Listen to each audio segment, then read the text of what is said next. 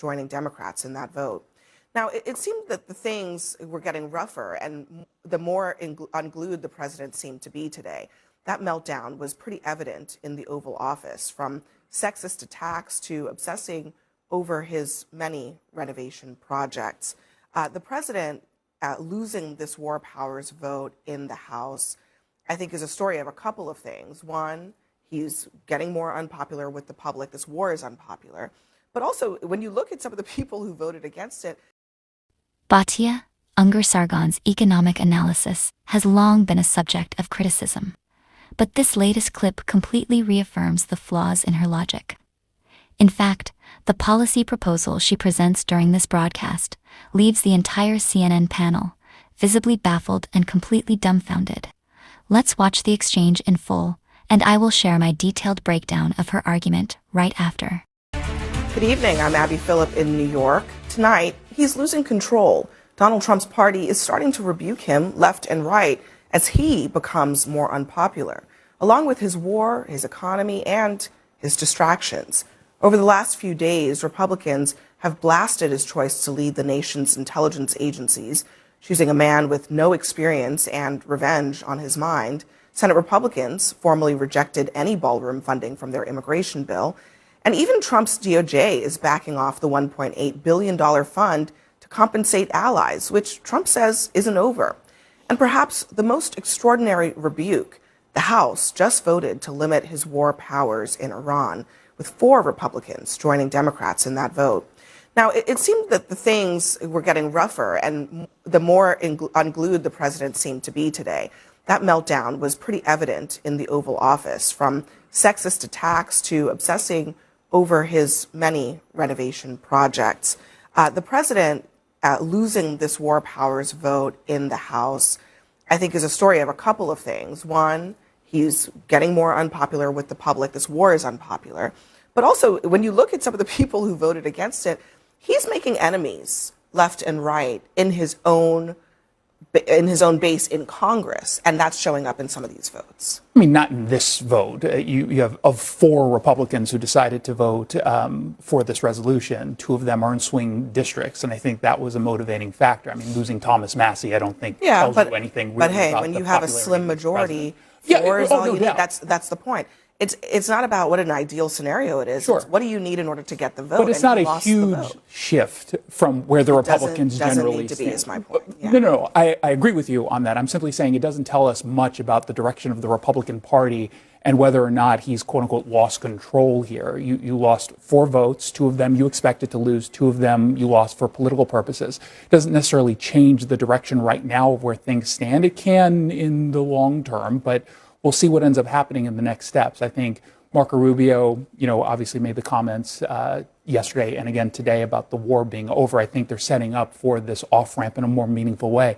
The bigger problem I think we face now here is we want this all to be over. The president wants this to be over as well. You've just made it a lot easier for Iran now to not take the negotiating seriously, because now they're looking at what's happening in the House and saying we can wait this out just a little bit longer. He's lost the political backing that he had from his own party. We're going to continue to just dig in here, and that's a larger problem. Well, I think it's less about Trump, and it's more about, Trump is unpopular, this war is unpopular, but we are now just 5 months away from a general election. Some of the primaries are now over, so they have switched over to general election campaigning, and this war nobody likes. And look, Marco Rubio can say as many times as he wants in as many languages as he knows that this war is over. I don't know any American who feels that the war is over. And I don't think Americans are going to feel that the war is over when we're still seeing headlines about bombs in Kuwait and bombs in Lebanon and conversations with Netanyahu, and the gas prices are through the roof and the fertilizer prices are through the roof, and people can't make ends meet. So people don't feel that the war is over, do not believe that the war is over, and elections are in 5 months. Yeah. Let me play that exchange that Marco Rubio had with Sarah Jacobs on Capitol Hill today. If the war is over, I have a simple question. Who won? First of all, epic fury is over, which is what you would consider the war. That operation is So you agree concluded. it's a war, then? No, those are hostilities. They called it a war. Okay, fine. We're taking you at your word. The war is over. Who won? But first of all, you're not taking me at my word. It's a fact. We're no longer conducting sustained strikes inside of Iran to degrade their military because epic fury is over. The second point is on the question of who won, I can tell you this. We defined victory as destroying their defense industrial base, significantly reducing the number of missile launchers that they possess, significantly reducing their stockpile of drones. And we achieved all of those in addition to destroying what they had left of an air force and wiping out their entire conventional navy. Those are all gone. So I consider that victory. That's not victory. In fact, that's a lie. And that's not how they were defining it 4 months ago. The number one objective of going to Iran was making sure to prevent them from getting a nuclear weapon. Everybody around this table agrees that Iran does not deserve or need to have a nuclear weapon. The entire world actually probably agrees with that sentiment, or the overarching majority of them. He didn't articulate that one time in anything that he said. You know why? Because Iran was further away from a nuclear weapon under the JCPOA than they are today. And that's what this White House doesn't want you to understand. This is a failure when your number one objective is something that your Secretary of State did not even mention. We talked about the unpopularity of the president. I disagree with everybody else. The president is extremely popular with his base, period. But that's why you have all of these MAGA Republicans who are running in these general elections who are caught between a rock and a hard place, because you cannot be popular with the American people and be popular within MAGA. Those two things right now in this country cannot coexist because people are hurting. I just want to point out, too, that something that you touched on was the biggest thing that Trump has been out there saying is that Iran cannot get a nuclear weapon, which is something I agree with wholeheartedly. But just today, the International Atomic Energy Agency said that the risk of Iran acquiring a nuclear weapon is much higher today than it was before the war. So if the war is somehow over, then why is the risk higher for them to acquire a nuclear weapon? So it doesn't seem like the war is in fact over. And then you couple that with the fact that I believe we're in a much worse position than we were before we entered this war. Whether you look at gas prices skyrocketing, the U.S. being more isolated than ever before. We upset a lot of our allies by not really tipping them off to our plan to go after Iran. And I think that we're in a much weaker position. So actually, in fact, I can't see a place in which the war is over, no matter how many times Marco Rubio wants to speak it into existence. If it's over and we did not meet our number one objective, the thing that Donald Trump hates to hear the most is that we lost. If this war is over and we did not accomplish our number one objective, we lost. The fact is, just as you stated, everybody understands the reason we went to Iran supposedly was to keep them from getting a nuclear weapon. And the Secretary of State today testified, and he didn't even mention that as one of the accomplished goals. So, Batya, if none of that happens, if they say the war is over, but the war is really not over because we're not back to where we were before, the Strait of Hormuz is still closed, and Iran is still not prevented from having a nuclear weapon, how long will MAGA stand by this conflict? Well, we're currently in a ceasefire in which the president is engaged in active negotiations to achieve what I totally agree with Bakari was the main objective of Operation Epic Fury. So the hostilities are over, we're in a ceasefire, and we are trying to achieve a deal that would prevent them from we are still shooting at each other. Because we bombed Iran 2 days ago. They are striking their allies now, so there's still hostilities. Yeah, Trump was asked in the Oval Office how he defines a ceasefire, and he said, I think very funnily and very accurately, well, in that area of the world, it means you're shooting at each other a little bit less vigorously or something along those lines. I think that's accurate. So we don't know how this is going to end. The problem is that the American people who voted for Donald Trump are hurting. They are bearing the cost of this war disproportionately because they are the ones struggling to pay for gas and struggling to pay for food. And this is a big problem for the president, and I don't know how aware he is of that. So he has two competing imperatives. He cannot get out without some sort of deal that is better than the JCPOA, and he has to somehow alleviate the pain and the suffering of working class Americans. In my view, the best way to do that is a stimulus check, and I don't know why this isn't on the table at all. I think he needs to give people some sort of a tariff rebate in order to get them through the summer months. A tariff rebate? Yeah, tariff rebate. How about just get rid of the tariffs? Well, we brought in 200. Weren't you an advocate for the tariffs? Yes, exactly. So then why are you asking for a rebate? That's exactly what a rebate is. Give a stimulus check why you haven't done anything. We brought in $200 billion in tariffs, and we should now take some of that money and give it to Well, first of all, Americans the who are money that we struggling brought to in pay from those for gas tariffs and groceries. actually have to already be refunded because They were illegal. most of them were illegal. That's actually, it's not But- clear that they have to be well, refunded. They are already being, we know that they are already being refunded. The refunds are happening. Well, right now. no, So- companies are suing for refunds, but it's not clear that they're going to get them. But again, But we if brought in you a bunch think of money. Tariffs are a good idea. Yeah. I'm why very would you- glad we why have would that you money. Have to rebate the money. No, I mean, in stimulus checks. That doesn't. what do you make mean sense. rebate the money? I'm saying we brought in a whole bunch of money, and we should now give that to working class Americans who are struggling to pay for gas. But Trump thinks at a that the time affordability when crisis the is a hoax, reason so he that probably gas wouldn't is even be for high something is like for that, a 'cause he won't very even noble acknowledge that there's cause, an which issue. is ensuring that the Iranians we never get a made things nuclear weapon. high through the tariffs, and then we're going to No, turn we those made tariffs. things high through things are- Iran. No, things No, are, no, through Iran. no, things were No. high before Gas was Iran. under There were $3 goods a that were gallon. high before Iran. Gas because was of the tariffs. under $3 a Groceries gallon. were high I'm talking about before gas and Iran. no, Well, that's I'm not talking true. about. I'm talking about a bunch of things. I'm talking about your refrigerator. The I'm talking producer about price cars. Guys, index. let's- I'm talking hold about on. a bunch The of stuff. producer price index. I mean, I don't know what bubble you live in where you think that All the right. tariffs I'm just telling didn't you what the increase data, prices. what the data I don't know what shows. bubble you live hold on, in. hold on, Anna. Let me let her finish, and then I'll let you was respond so we can down all before hear. Iran. Groceries and gas are now up because of Iran. Iran, as we all agree, ensuring that they not achieve a nuclear weapon is a noble goal. So Trump needs the leeway to get a good Inflation deal. was up before Iran. Let's though. give him another That's Trump not what check. it is. Yeah, It let's was not. It was No, down. prices were clearly They were coming down, down and on the gas whole. was There under were some $3 a elements that were up. There's no doubt about that. But we're saying on average, on the whole, things were And we- down. That is a fact. But can we Inflation was trending down. talk about just the strategy of Iran? Because what I haven't understood is how you go to war. Pete Heskett's secretary, Rubio, and others, and you don't anticipate that they're going to close the Strait of Hormuz, which is a great deal. It bears a great deal of responsibility for the Why do you prices think that they didn't anticipate it?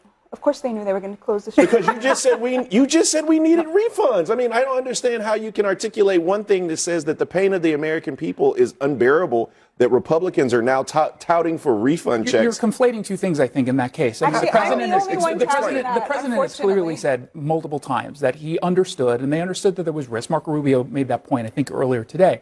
They knew that there were going to be some risks economically and politically, but Well, I they will chose say to make this. this decision I because will they say think it's this. best for this world. Trump has not have them also have said Iran. that they didn't think that they would shut down the Strait of Hormuz. He did say that. Yes, he did, but that does not mean that they what did not Bakari's saying think is not that based was a on possibility. nothing. Well, no, I mean, he Well, said they were given that surprised. information. And he has also were said worried he also said The there would be reporting was regime also change. that they He were said aware of that as a Iranians possibility. would take their country back. He said that after they killed the Ayatollah, he said that there had been regime change. And I don't know anybody who thinks that there have been regime change. They may have other names, they may have other titles, but it is still the same Iranian regime. And of course, you know, the president makes this decision to go into this war thinking that Iran is just going to cave instantly, and they don't. And that's why we're still here several months later. But one other thing about today, you know, the president in the Oval Office really lost it on several occasions, including to our colleague, Caitlin Collins, accusing her again of not smiling for whatever reason. Sarah, you worked for him. What's behind it? I will say that during my time working as deputy press secretary in the first Trump administration, Caitlin Collins was the one reporter that scared Kayleigh McEnany and President Trump the most. There would be times where Kayleigh McEnany wouldn't even call on Caitlin Collins at press conferences, at press briefings, because she didn't want to answer the questions, because Caitlin Collins is a very, very good reporter. She's the best at what she does. And I think that's why you see Trump go after her more ferociously than any other reporter in that room. And it is disgusting to watch him tell a woman that she needs to smile while doing her job. I've seen Caitlin smile plenty of times, but when she's asking someone a hard-hitting question, I don't think that means that she has to smile while doing it. And he brings it up time and time again, and it's these misogynistic attacks, not just against Caitlin. You know, he told her today to be quiet while she tried to ask a follow-up question. We've seen him say, "Quiet, piggy," to a female reporter. Another great female reporter, I will add, someone I worked with during my time in the first Trump administration. And so I wish that this wasn't normalized and that we weren't desensitized to this type of behavior from the president, but it really is appalling. And I just want to give, kudos to Caitlin Collins. He called another reporter, said to her, "Are you stupid or something?" I mean, it's time after time after time. And I'll tell you, one of the things that really bothers me is that there is not more solidarity and outrage from the press in that room. Because I would like to think that if I was in that room and my colleague was being treated that way, I would say, screw you, I'm leaving, you go ahead and you cover yourself. Leave yourself here with OAN and with Fox News and let that be what your national coverage is. And that's why I feel that it is so ridiculous and hypocritical for people to go sit at a White House Correspondents' Dinner where Donald Trump is speaking, and we're supposed to be celebrating the free press, when practically on a weekly basis we have to hear his rants against women who are doing their jobs as journalists. And that is why, even though it's just been rescheduled, I refuse to go. I refuse to go then, and I refuse to go now, because it makes no damn sense. As noted earlier, Batya Ungar-Sargon's analysis completely misses the mark. Suggesting that a stimulus check is the remedy for working Americans makes very little economic sense. The current financial strain is fundamentally driven by the administration's tariffs. A one-time payout cannot reverse that damage. It merely papers over the cracks, while structural policies continue to fuel inflation and burden working families. Furthermore, this proposal presents a glaring political contradiction. Conservative commentators and Trump's own base have consistently blamed pandemic-era stimulus checks for triggering long-term inflation. Proposing the exact same measure now is deeply hypocritical and would likely drive consumer prices even higher. Fiscally, the logic falls apart entirely. Tariffs are paid by American importers and consumers, not foreign entities. This plan effectively taxes the public through higher costs at the border, only to hand a fraction of that revenue back.